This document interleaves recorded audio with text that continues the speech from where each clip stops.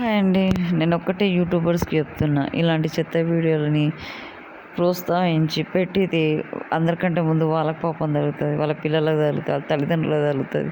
వాళ్ళ హోల్ ఫ్యామిలీకి క్యాన్సర్‌లొచ్చి ఇగ ఆగమాగమయ్యి అంతా హంగామయ్యి చనిపోతారు. ఎందుకంటే అది ఎన్ని రకాలుగా ఎంతమంది జీవితాలు నాశనం చేస్తుందో తెలియదు.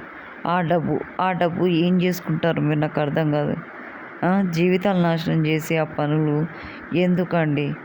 వాళ్ళంటే తెగిడిచి మైండ్ పని చేయక ఒత్తిడి వల్ల, లేదో అత్తమామ ఒత్తిడి వల్లో, లేకుంటే భర్త ఒత్తిడి వల్లో, పిల్లల ఒత్తిడి వల్లో ఇలాంటి అడ్డమైన యూట్యూబ్ వీడియోలు చేస్తున్నారు. ఏది కరెక్టు, ఏది మంచిది అని ఈ యూట్యూబ్ వాళ్ళు చెక్ చేసి చూసుకొని ఈ ఆన్లైన్లో పెట్టండి. అంతేగాని ఇష్టం వచ్చినట్టు పెట్టదు.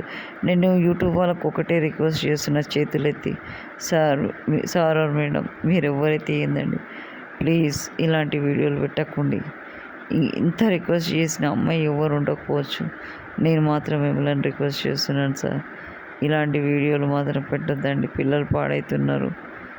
నేను ప్రాక్టికల్గా ఒక వీడియో పెట్టిన, నేను ఒక అబ్బాయి చిన్న క్లాసుల్ని 8th క్లాసుల్ని ఒక అమ్మాయితో తిరుగుతున్నాడని. అవునా? డబ్బులు లేక ఇంకో ఫ్రెండ్ ఫోన్ చేసి డబ్బులు అడిగినాడు. ఇలాంటివన్నీ మీకు చెప్తూనే ఉన్నాను, మీకు వీడియోలు పెడుతూనే ఉన్నాను. అయినా కూడా మీరు అలాంటి గలీజైన వీడియోలకి సపోర్ట్ చేస్తున్నారు. దయచేసి యూట్యూబర్ వాళ్ళకి నేను రిక్వెస్ట్ చేసేది ఒక్కటే, పెట్టొద్దు. ఇలాంటి వీడియోస్ కట్ చేయాలి. అవి ఉంటేనే చూస్తారు అని అనుకుంటే మాత్రం ఆ పాపం మీకే. ఎవరు చూస్తారు? చెడ్డవాళ్ళే చూస్తారు.